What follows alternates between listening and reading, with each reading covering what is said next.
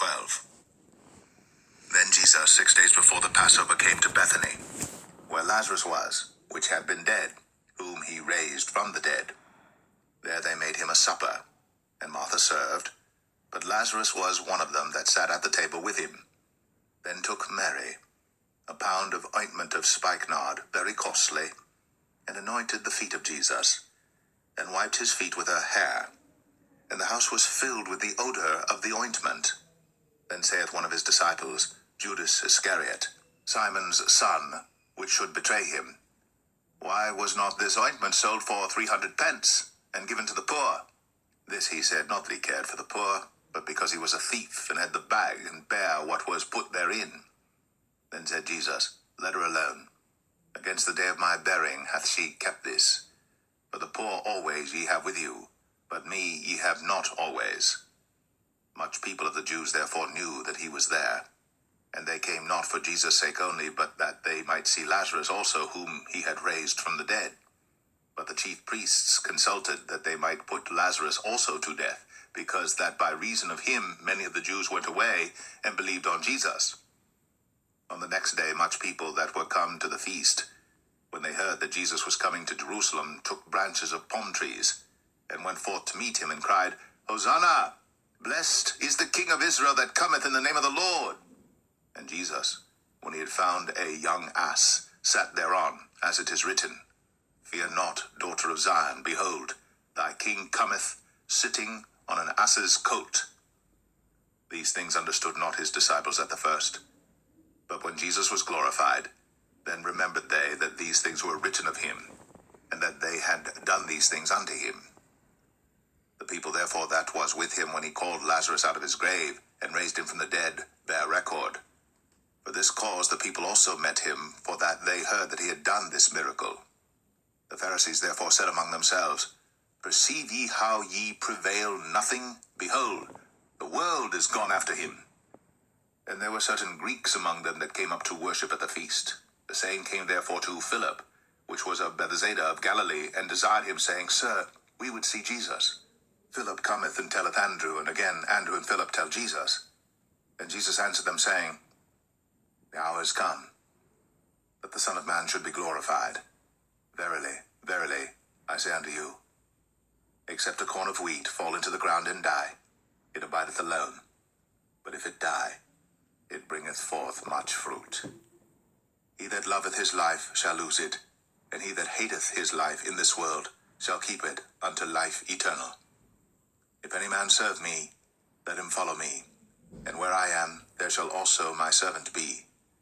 If any man serve me, him will my Father honor. Now is my soul troubled, and what shall I say? Father, save me from this hour?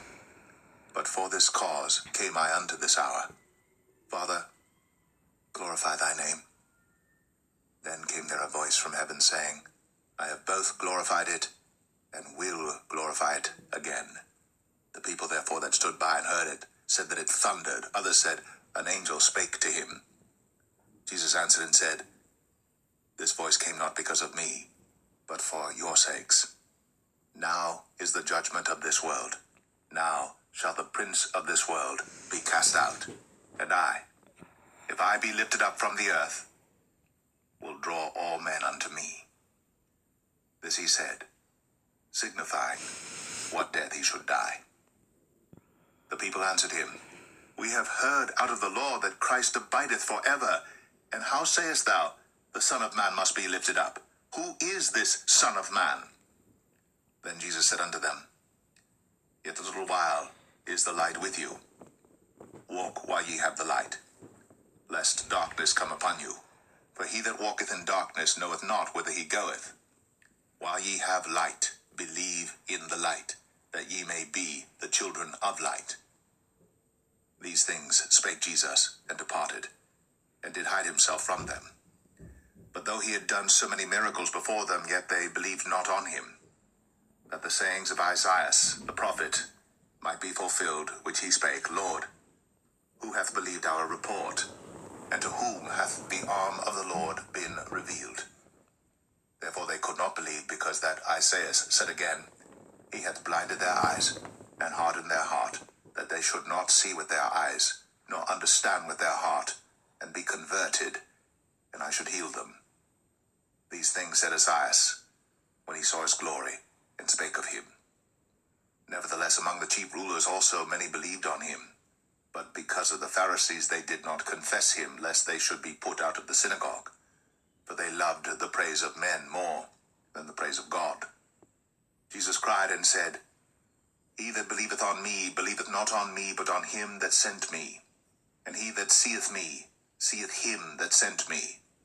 I am come, a light into the world, that whosoever believeth on me should not abide in darkness.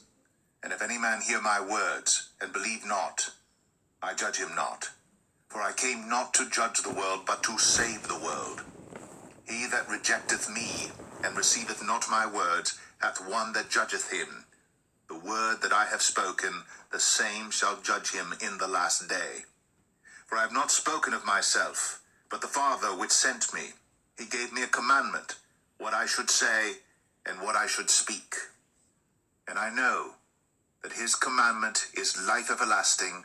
Whatsoever I speak therefore, even as the Father said unto me, so I speak.